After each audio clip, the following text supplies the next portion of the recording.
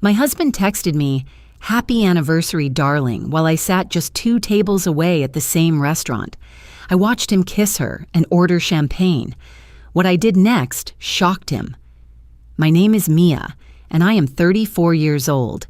8 years ago, I married the man I believed would be my forever. I trusted him with my whole heart, my dreams, and my future. On our 8th wedding anniversary, I discovered the truth about who he really was. That night, sitting in a romantic French restaurant, I received a text from him saying he was stuck in a meeting, but I could see him clearly just 2 tables away, leaning in to kiss another woman. Before I tell you what happened next, I would love to know where you are watching from today. Drop your location in the comments below, and if stories like this resonate with you, please hit that like button and subscribe to join our community. Now let me take you back to where it all began so you can understand why that moment shattered everything I thought I knew. I grew up in a quiet suburb just outside of Chicago, Illinois. My childhood home was a 2-story brick house with a wraparound porch where my mother grew tomatoes every summer and my father grilled burgers on Sunday evenings. My parents met in college, married at 23, and stayed together through everything life threw at them. By the time I was telling this story, they had been married for 37 years. They argued sometimes, sure. My father could be stubborn about the thermostat, and my mother had strong opinions about how to load a dishwasher properly. But at the end of every day, they sat together on that porch, holding hands and watching the sunset. That was my blueprint for love. That was what I believed marriage should look like. I became a marketing professional, climbing the corporate ladder with determination and focus. By 34, I had earned the title of Senior Marketing Manager at one of the largest cosmetics companies headquartered in Chicago. I was proud of my career, proud of the life I had built. But what I was most proud of was my marriage. At least that was true until that anniversary dinner. I met Nathan 8 years before that terrible night at a marketing conference in San Francisco. I was there representing my company at a panel discussion about digital engagement strategies. He was there as a financial analyst scouting potential investment opportunities in the beauty industry. We ended up at the same hotel bar after the evening sessions concluded, both of us too energized from the day to sleep. He was tall, about 6 feet tall, with dark hair that curled slightly at his temples and a smile that made his entire face light up. When he laughed, his eyes crinkled at the corners in a way that made him look genuinely happy. We talked for hours that night about everything and nothing. He told me about growing up in Connecticut, about his dream of one day starting his own investment firm, about his inexplicable love for terrible horror movies from the 1980s. I told him about my parents, about my ambitions, about how I secretly wrote poetry in a journal I kept hidden in my nightstand. When the bar closed at 2 a.m, neither of us wanted the conversation to end. We exchanged numbers, promising to stay in touch. I expected the connection to fade the way conference connections usually do. Instead, Nathan called me the very next day, and the day after that, and every day for the next 2 weeks. Then he did something that surprised me.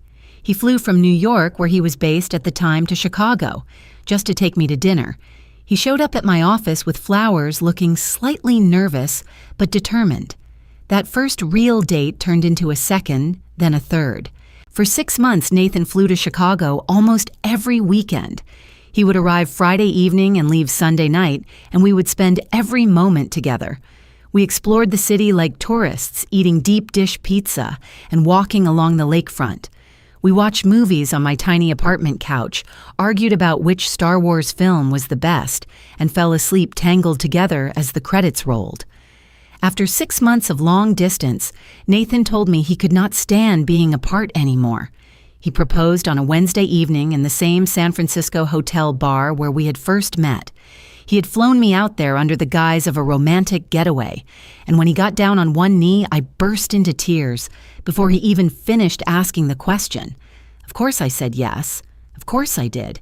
He was everything I had ever wanted. We got married in my parents' backyard under a wooden arch my father built with his own hands. It was a small ceremony, just close family and friends, exactly the way we both wanted it. My mother cried through the entire thing. Nathan cried too, something I had never seen him do before. When we said our vows, I looked into his eyes and saw my entire future reflected there. I saw children and grandchildren. I saw growing old together on a porch like my parents. I saw forever. After the wedding, Nathan found a position at a prestigious investment firm in Chicago and moved into my apartment. Within a year, we had saved enough for a down payment on our own place. We bought a beautiful 2-bedroom condo in Lincoln Park with exposed brick walls and huge windows that flooded the space with natural light. We spent months decorating it together, debating paint colors and furniture styles. Nathan wanted modern and minimal. I wanted cozy and warm. We compromised on something in between, and the result felt like home. Those first few years were magical. Nathan cooked dinner every Tuesday because that was my longest day at work. I left love notes in his briefcase for him to find during meetings. We had a tradition of Sunday morning pancakes where we would experiment with ridiculous toppings and rate each creation on a scale of 1 to 10. The chocolate bacon disaster of year 2 still held the record for lowest score.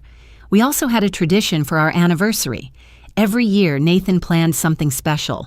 For our first anniversary, he surprised me with tickets to Paris.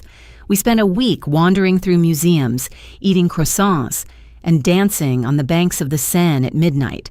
For our third anniversary, he rented a private yacht on Lake Michigan. We sailed all day, just the two of us, with champagne and strawberries and nothing but open water around us. For our 5th anniversary, he gathered both our families for a celebration and stood up in front of everyone to declare how much he loved me, how grateful he was for every day we had shared. Year 7 was perhaps the most romantic of all. Nathan had secretly contacted a local musician and commissioned an original song written just for me.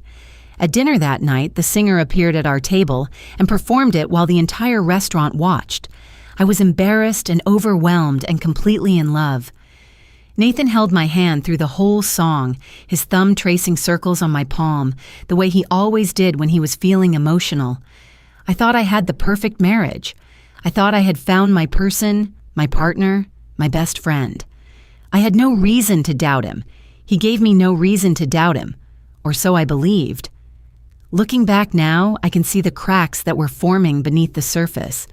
But at the time, I was too in love to notice. I was too busy being happy to see the truth that was hiding right in front of me. The changes began so subtly that I almost missed them entirely. About 6 months before our 8th anniversary, Nathan started working later than usual.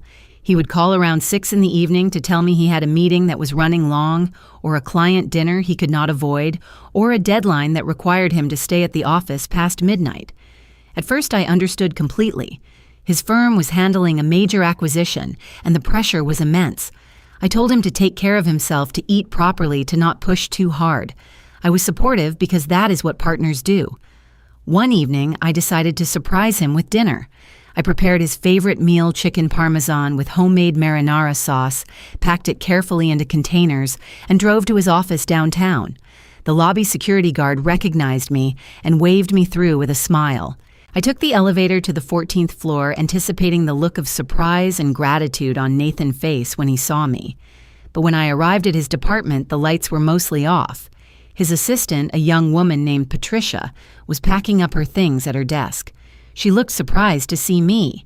"Mrs. Harrison," she said, "I did not expect you." Nathan left around 6. He said he had somewhere to be. I stood there holding the containers of food, my smile frozen on my face. Left at 6, but he had texted me at 6:15 saying he was stuck in a meeting. "Oh," I said, keeping my voice casual. "He must have meant a meeting outside the office. Do you know where he went?" Patricia shook her head. He did not say, just grabbed his briefcase and headed out. Seemed in a hurry. I thanked her and left. In the elevator, I told myself there was a reasonable explanation. Maybe he had a client dinner he forgot to mention. Maybe the meeting was at a restaurant or a hotel conference room. Maybe I was overreacting. I texted him to say I missed him, and he replied an hour later with a heart emoji and a promise to be home soon. When he finally walked through the door at 10:30, he kissed my cheek and said the meeting had been brutal. I did not mention the containers of cold chicken parmesan still sitting on the counter. That was the first crack, small enough to ignore, easy enough to explain away. But the cracks kept appearing. Nathan changed the password on his phone around that time. We'd always used the same code, our wedding date, for both our devices. It was a silly gesture of trust and openness that we had maintained since the beginning. One morning, I picked up his phone to check the weather because mine was charging in the other room, and the familiar code did not work. When I mentioned it to him later, he shrugged and said his company required new security protocols. Work stuff, he said. You know how it is. I did not know how it was. But I accepted his explanation because I trusted him. Then I noticed how he handled his phone differently. He used to leave it face up on the coffee table or the kitchen counter, unbothered by notifications lighting up the screen. Now he kept it in his pocket constantly, or face down, or on silent. When it buzzed during dinner, he would glance at it quickly and then put it away without responding. When I asked who was texting, he would say it was just work, his voice dismissive. The distance between us grew in ways I could not quite articulate. Our conversations became shorter, more functional. How was your day? Fine. What do you want for dinner? Whatever you want. Did you remember to call the plumber? Yes. We used to talk for hours about nothing at all. Now we exchanged information like colleagues rather than lovers. The intimacy faded too. Nathan was always tired, always stressed, always not in the mood. I told myself it was the job. I told myself he was under pressure. I told myself that every marriage went through phases like this. But at night, lying next to him in the darkness, I felt lonelier than I had ever felt when I was actually alone. I confided in my best friend Emma during one of our regular coffee dates. Emma and I had been friends since freshman year of college, when we were randomly assigned as roommates in a tiny dorm room with cinder block walls. She had become a divorce attorney, one of the best in Chicago, and she had seen every kind of marital disaster imaginable. I valued her perspective even when I did not want to hear it. Something feels off, I told her, stirring my latte without drinking it. Nathan is different. Distant. I cannot explain it exactly, but it is like he is not fully present anymore. Emma set down her espresso and looked at me with serious eyes. Mia, I hear things like this every day in my office, from women who are about to discover something they did not want to know. I am not saying Nathan is doing anything wrong, but I am saying you should trust your instincts. He would never cheat on me, I said immediately. That is not who he is. We have been together for 8 years. I know him. Emma reached across the table and squeezed my hand. I hope you are right, she said gently. But promise me something. If anything else happens, if your gut tells you something is wrong, listen to it. Do not ignore it because you are afraid of what you might find. I promised her. But in my heart, I was certain she was being overly cautious. Nathan loved me. He had proven it 1,000 times. A few late nights and a new phone password did not change 8 years of devotion. At least that is what I told myself. 2 weeks before our 8th anniversary, I made a decision. This year, I would be the one to plan the surprise. Nathan had created so many magical memories for us over the years. He deserved to be on the receiving end for once. I spent days researching the perfect venue. I wanted somewhere elegant but not stuffy, romantic but not cliched. Finally, I found La Maison, a French restaurant that had recently opened in the Gold Coast neighborhood. The reviews were incredible. Critics called it the most romantic dining experience in Chicago. The wait list was 3 months long, but I pulled some strings through a client connection and secured a reservation for the evening of our anniversary. The restaurant was everything I had hoped for. Intimate tables lit by candlelight, fresh flowers on every surface, a string quartet playing softly in the corner. The menu featured dishes I could barely pronounce, but desperately wanted to taste. I arranged for a special bottle of Moet champagne to be waiting at our table, chilled and ready to open the moment we sat down. I even picked out a gift for Nathan, something he had mentioned wanting for years, an Omega Seamaster watch with a blue dial that matched his eyes. I kept the whole plan secret. When Nathan asked about anniversary plans, I told him I had something special in mind but refused to give details. He seemed pleased, though perhaps not as enthusiastic as I expected. "Work has been crazy," he said. "I might not be able to get away until late, but I will make it happen, I promise." The morning of our anniversary arrived bright and cold. November in Chicago meant bare trees and gray skies, but I woke up feeling warm inside. 8 years. 8 years with the man I loved. Despite the recent distance between us, I believed that tonight would bring us back together. A romantic dinner champagne, a beautiful gift. It would remind us both of why we fell in love in the first place. Nathan left for work early that morning, kissing me quickly on the cheek before rushing out the door. He said he had meetings all day but would meet me at the restaurant at 7. I spent the afternoon preparing. I had my hair done at a salon downtown, loose waves that fell past my shoulders. I did my makeup, carefully emphasizing my eyes the way Nathan always said he liked. I chose a red dress I had been saving for a special occasion, fitted and elegant with a neckline that was sophisticated without being revealing. When I looked at myself in the mirror, I felt beautiful. I felt ready. I arrived at La Maison at 6:00, a full hour before our reservation. I wanted to make sure everything was perfect. The maitre d' greeted me warmly and led me toward the back of the restaurant, where I had requested a private table. But as we walked, he apologized and explained that there had been a small change. The original table was needed for a large party, but he had arranged an equally lovely spot near the windows instead. I was slightly disappointed, but agreed. The new table was still beautiful, tucked into a corner with a view of the main dining room. I settled into my seat, ordered sparkling water, and waited. The champagne sat in its ice bucket, condensation beating on the glass. The watch box rested in my purse, heavy with anticipation. I checked my phone repeatedly, but there were no messages from Nathan yet. That was fine. He was probably still in traffic. At 6:30, I glanced around the restaurant, admiring the elegant decor. Crystal chandeliers cast a golden glow over everything. Couples sat at intimate tables, leaning toward each other, sharing whispered conversations. The string quartet had shifted to a slow waltz. It was impossibly romantic, exactly what I had imagined. And then I saw him. At first, I thought my eyes were playing tricks on me. There was a man sitting at a table about 20 feet away near the center of the room. He was wearing a navy blue suit I recognized instantly because I had bought it for him last birthday. His dark hair curled slightly at the temples the way it always did. His posture, his gestures, the way he tilted his head when he laughed, everything about him was achingly familiar. It was Nathan, my husband, sitting in the same restaurant where I was waiting for him at a table with another woman. I could not breathe.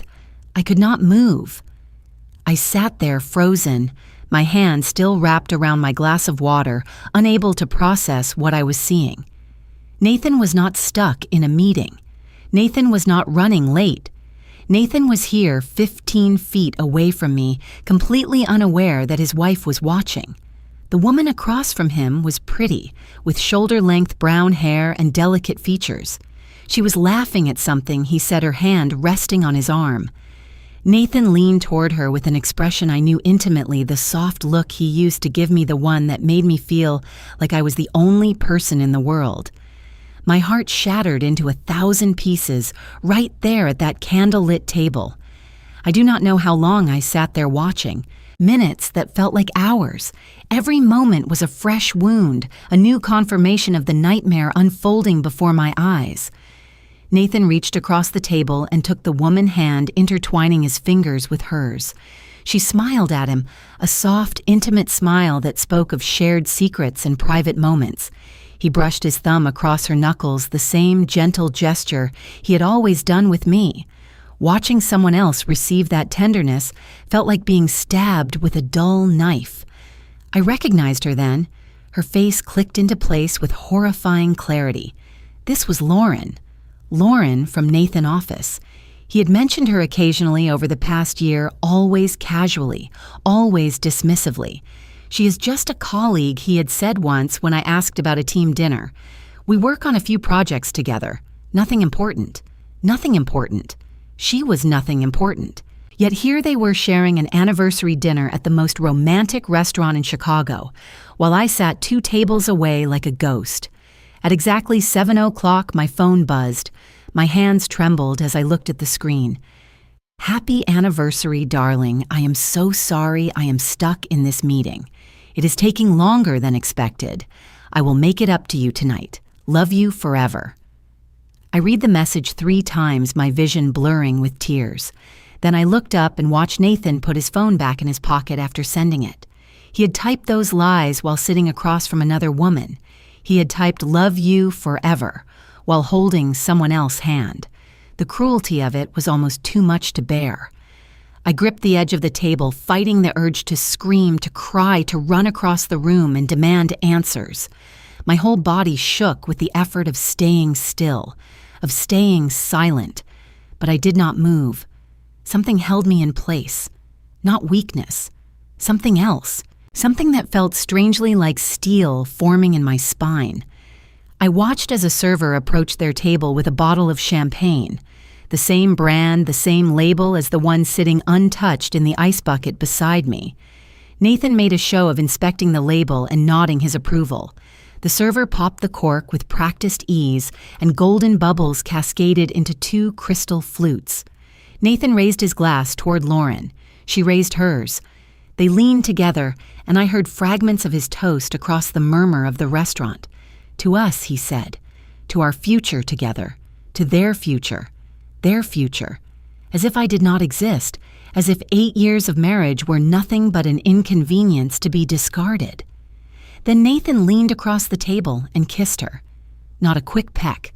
Not a friendly gesture. A real kiss. Deep and slow and full of the passion that had been missing from our marriage for months. I watched my husband kiss another woman on our anniversary, and something inside me died. But something else was born in its place. Clarity. Cold, hard clarity that cut through the pain like a blade. I had a choice to make. I could fall apart right there, sobbing in the corner of a fancy restaurant, the pathetic wife who never saw it coming. I could call him, confront him, create a scene that would end with me looking hysterical and him playing the victim. Or I could take control. I wiped my eyes carefully, not wanting to smear my mascara. I took a long drink of water and forced myself to breathe normally. Then I flagged down a passing server and spoke in a voice that surprised me with its steadiness. "I would like to send a bottle of champagne to that table over there," I said, pointing discreetly toward Nathan and Lauren, "and please include this note with it." The server handed me a small card and pen from his apron. I wrote carefully, keeping the words short and precise. "Happy anniversary, darling. Enjoy your evening. Your wife is watching. Table 7. I folded the card and handed it back with a smile. "Make sure he reads it before you leave the table," I said. "It is very important." The server looked slightly confused, but nodded professionally. "Of course, madam." I watched him carry the champagne across the restaurant, weaving between tables, until he reached Nathan. I saw Nathan look up with confusion, then surprise. He said something to the server, probably asking who sent it. The server gestured toward the note. Nathan opened the small card. I will never forget the expression on his face when he read those words. The color drained from his skin, instantly turning him almost gray. His eyes went wide, then wider still as they scanned the room with growing panic. He looked left, then right, then finally his gaze landed on table 7. On me. I sat perfectly still, my water glass raised slightly as if making a toast. Our eyes met across the crowded restaurant. I watched 8 years of lies crumble on his face in the span of 3 seconds. Then I smiled at him. Not a warm smile, not a forgiving smile, a smile that said, "I see you. I know everything. And you have lost." Nathan practically threw his napkin on the table as he stood up. He said something hurried to Lauren, whose face had gone from confusion to alarm. Then he strode toward me, threading between the other diners with barely contained desperation. He reached my table, breathing hard, as if he had run a marathon instead of walked 20 feet. His face was pale and sweating. His hands were shaking. "Mia," he said, his voice cracking. "Mia." I can explain. I gestured to the empty chair across from me. Please, I said calmly. Sit down. Let us not make a scene. He sat though his body seemed to vibrate with nervous energy. He leaned forward, words tumbling out of him in a rush. It is not what it looks like. She is just a colleague. We were having a work dinner. The kiss was a mistake. It meant nothing. I love you. You have to believe me. I let him talk.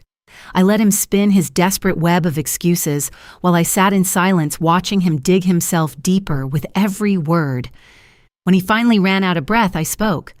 I know about the 14 months, I said quietly. I know about the trips you took together. Miami was not team building, was it? I know about the money you spent on her. Our money. I was guessing about some of it, piecing together fragments of suspicion into a coherent picture, but his face told me everything I needed to know. Every guess landed like a punch. Every accusation struck home. How long, I asked. How long have you been planning your future with her while lying to my face, Mia, please? I picked up the Omega watch box from my purse and placed it on the table between us. This was supposed to be your anniversary gift, I said. The watch you have wanted for years. I spent months planning tonight. I wanted to surprise you to show you how much I loved you after 8 years, and instead I got to watch you toast to a future with someone else. Nathan stared at the watch box like it might bite him. He opened his mouth, but nothing came out. I stood up slowly, smoothing the front of my red dress. I had planned my next words carefully during those long minutes of watching him. You texted me happy anniversary while sitting with her, I said loud enough for nearby tables to hear. You ordered champagne for her on our anniversary. You chose her over me over 8 years, over everything we built together. So now I am choosing myself. I picked up the watch box and slipped it back into my purse. I am returning this tomorrow, I continued, and I am using the money for something better, like a really good divorce lawyer. His face went white. Mia, wait. We can talk about this. We can work through this. I made a mistake. Please do not throw away 8 years over one mistake. One mistake, I laughed, though there was no humor in it. 14 months is not a mistake, Nathan. It is a choice. You made your choice. Now I am making mine. I turned and walked away, leaving him sitting alone at the table with an untouched bottle of champagne and the ruins of his carefully constructed double life. I did not look back. I did not need to. Lauren was gone when I passed their table. She must have fled during our conversation, unwilling to witness the fallout of the affair she had participated in. The server who had delivered my note watched me pass with something like admiration in his eyes. I nodded at him briefly, a silent thank you for playing his part in my moment of reckoning. Outside, the November air hit my face like cold water. My legs felt unsteady beneath me, and I leaned against the brick wall of the restaurant, finally allowing myself to breathe. Then I pulled out my phone and called Emma. She answered on the second ring. Hey, she said. Happy anniversary. How is the romantic dinner going? I need you to come get me, I said. And I need you to recommend your best divorce lawyer. There was a pause. Oh, Mia, I am so sorry. Where are you, La Maison? In the Gold Coast. Stay there. I am on my way. I hung up and stood in the cold, watching my breath form clouds in the November night. Inside, my husband was probably still sitting at that table, trying to figure out how his perfect deception had fallen apart so spectacularly. I did not care what he was thinking. I did not care what he was feeling. For the first time in months, I only cared about myself. Emma arrived in 20 minutes, which meant she had broken at least a dozen traffic laws to get there. She pulled up to the curb and her silver BMW jumped out without bothering to park properly and wrapped me in a fierce hug before I could say a word. I have got you, she said against my hair. Whatever happened, I have got you. I let her hold me for a long moment, absorbing her warmth and strength. Then we got in her car and she drove me back to her apartment, a sleek high-rise in River North with floor-to-ceiling windows and a view of the skyline. She poured me a glass of wine, sat me down on her leather couch, and listened while I told her everything. When I finished, she was quiet for a moment. Then she said, I knew something was wrong. I should have pushed harder. "This is not your fault," I told her. I did not want to see it. I could not believe he would do this to me. "Nobody wants to believe it," Emma said. "That is why it works. They count on our trust." She let me cry that night. Really cry, the kind of sobbing that comes from the deepest part of your soul. She held me through all of it, never once saying, "I told you so," never once making me feel foolish for missing the signs. When I finally fell asleep on her couch, she covered me with a blanket and left a glass of water on the coffee table. My phone had been buzzing all night with messages from Nathan, dozens of texts, voicemails, emails, each one more desperate than the last. I deleted them all without reading or listening. The next morning, Emma introduced me to a colleague of hers named Sandra, one of the most formidable divorce attorneys in Illinois. Sandra had steel gray hair, sharp eyes, and a reputation for dismantling cheating spouses with surgical precision. She listened to my story without interrupting, took careful notes, and then gave me a piece of advice that changed everything. "You need evidence," she said, "not just what you witnessed. Documentation, financial records, anything that proves the extent of the affair and any misuse of marital assets. I recommend hiring a private investigator." The investigator name was Frank, a former police detective who now specialized in domestic cases. He was discreet, efficient, and devastatingly thorough. Within 2 weeks, he presented me with a folder that laid Nathan betrayal bare in excruciating detail. The affair had begun 14 months earlier during a business trip to Boston. Nathan and Lauren had worked late on a presentation, ordered room service, shared a bottle of wine. One thing led to another. What started as a one-time mistake became a regular occurrence. They met for lunches. They texted constantly. They took secret trips together, hiding them under the guise of work travel. Frank had documentation of everything: hotel receipts, restaurant bills, flight records. Nathan had spent over $12,000 on Lauren in the past year. Jewelry, designer handbags, a weekend getaway to the Bahamas that coincided with what Nathan had told me was a solo fishing trip with his college buddies. The fishing trip. I remembered that trip. I had packed his suitcase myself, including sunscreen and his favorite fishing hat. He had called me every evening to tell me about the fish he caught and how much he missed me. Every word had been a lie. The final piece of evidence was the worst. Frank had obtained records showing that Nathan had opened a separate bank account 6 months ago, funneling money from his bonuses into it. The balance was just over $40,000. When I asked Frank what he thought the money was for, he hesitated before answering. Based on my experience, he said carefully, it looks like he was preparing to leave, building a fund for his new life. His new life. With Lauren. The future he had toasted to on our anniversary. I sat with that folder for a long time, reading and rereading every page until the words blurred together. Each piece of evidence was a nail in the coffin of my marriage. But more than that, each piece was a reminder of how thoroughly I had been deceived, how completely I had trusted someone who did not deserve it. I went back to our condo one afternoon while Nathan was at work to collect my personal belongings. I moved efficiently, filling suitcases with clothes and boxes with books. I took the photos of my family from the living room walls. I took the poetry journal from my nightstand, the one I had told Nathan about on our very first night together. I did not take anything that was his. I did not want anything that reminded me of the lie our life had become. Nathan came home while I was loading the last box into my car. He looked terrible, unshaven and hollow-eyed, as if he had not slept in days. He stood in the doorway of our bedroom watching me with an expression of such utter devastation that for one brief moment I almost felt sorry for him. "Please," he said, "can we just talk? I made a terrible mistake. I know that. But we can get through this. We can go to counseling. I will do whatever it takes."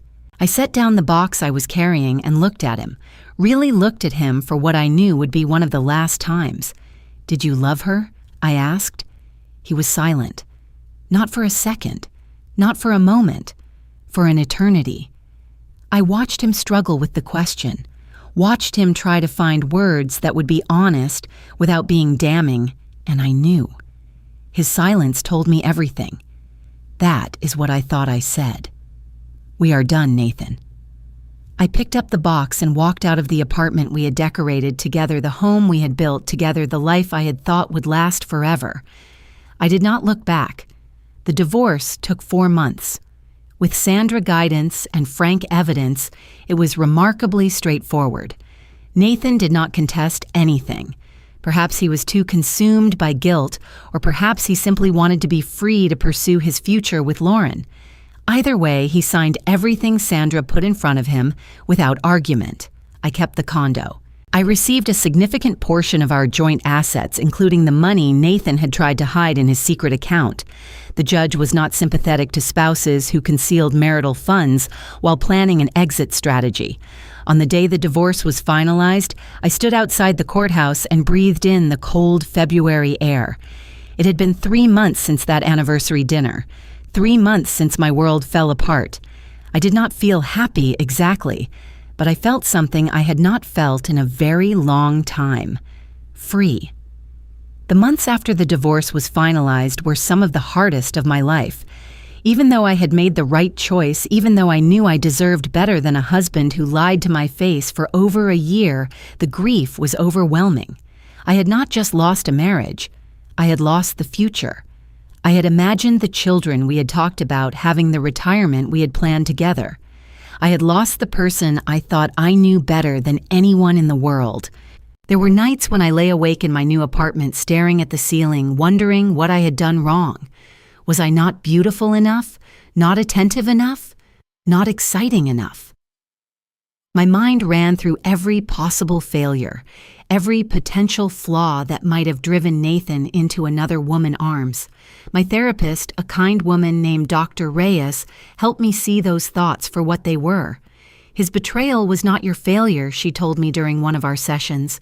You could have been the perfect wife and he still might have cheated. Some people are broken in ways that have nothing to do with their partners. It took time, but slowly I started to believe her. I threw myself into work with a new intensity. The pain of my personal life became fuel for professional ambition. I worked longer hours, took on bigger projects, pushed myself harder than ever before. 6 months after the divorce, I was promoted to Director of Marketing, the youngest person to ever hold that title at my company. When my boss announced the promotion at a team meeting, I felt a flicker of genuine pride. I had not achieved this by being someone's wife. I had achieved it by being myself. I reconnected with friends I had neglected during my marriage, people I had drifted away from because Nathan always wanted quiet evenings at home. My college roommate, Lisa, flew in from Seattle for a long weekend. My cousin Marcus started a tradition of Sunday brunches that became the highlight of my week. I joined a book club that met every other Thursday, where we drank wine and discussed literature and laughed until our sides hurt. I discovered new parts of myself that had been dormant for years. I started taking yoga classes at a studio near my apartment and found unexpected peace in the stretching and breathing. I signed up for a watercolor painting course and was surprised to discover I actually had some talent. I filled my new apartment with my own paintings, abstract swirls of color that represented nothing except my own emotions. 1 year after the divorce, I barely recognized the woman I had become. Not because I had changed fundamentally, but because I had finally become fully myself. Without Nathan, without the constant effort of being a wife, without the weight of maintaining a relationship that had been dying for longer than I realized. I heard through mutual friends that Nathan and Lauren's relationship had imploded within 6 months. Apparently, the excitement of an affair did not translate well into the reality of everyday partnership. Lauren had discovered that Nathan had been texting other women, plural, during their relationship. The man who had cheated on me had cheated on the woman he left me for. I would be lying if I said I did not feel a small sense of satisfaction when I heard that news. But mostly, I felt nothing at all. Nathan was not my problem anymore. His patterns, his choices, his inevitable self-destruction, none of it had anything to do with me. On the anniversary of my divorce, I took myself out to dinner. Not to La Maison. I would never go back there. but to a lovely Italian restaurant with red checkered tablecloths and candles dripping wax onto empty wine bottles. I ordered whatever I wanted. I savored every bite. I toasted to myself, to the woman I had become, to the future that stretched out before me, full of possibility. I thought about what I would tell other women going through similar experiences. Women who had discovered their husbands were living double lives. Women who were sitting in their own restaurant corners watching their worlds fall apart. I would tell them that the betrayal is not your failure. I would tell them that their worth is not determined by someone else's faithfulness. I would tell them that walking away is not giving up. It is choosing yourself. I would tell them that the night I discovered Nathan Affair was the worst night of my life, but it was also, in a strange way, the beginning of the best chapter, because that night I stopped being someone who let things happen to her. I became someone who took control of her own story. The pain does not disappear completely. I still have moments when a song on the radio or a smell in the air transports me back to happier times with Nathan, and I feel a twinge of grief for what we had, or what I thought we had. But those moments are fewer now, briefer. They pass through me like clouds passing over the sun, casting shadows, but never blocking the light for long. I do not know what the future holds for me. Maybe I will fall in love again. Maybe I will not. Maybe I will have the children I once dreamed about. Maybe I will build a different kind of family with friends and chosen connections rather than blood and marriage. All possibilities are open to me now, and that openness feels like freedom. What I know for certain is this: I am stronger than I ever imagined I could be. I am worthy of honesty and respect and genuine love, and I am no longer afraid to demand those things, even if demanding them means walking away from someone who cannot provide them. If you are watching this and going through something similar, I want you to know that you are not alone. Your pain is valid. Your anger is justified. But you are also more resilient than you realize. You have the power to rewrite your story, to take that moment of devastation and transform it into something powerful. That night at La Maison, I watched my husband kiss another woman on our anniversary. I could have crumbled. I could have made myself small, made excuses for him, tried to pretend it was not happening. Instead, I sent him a bottle of champagne with a note that changed everything, and I have never looked back. Now I have a question for you. Have you ever had a moment where you had to choose between staying in a painful situation and walking away with your dignity? What gave you the strength to make that choice? Share your story in the comments below.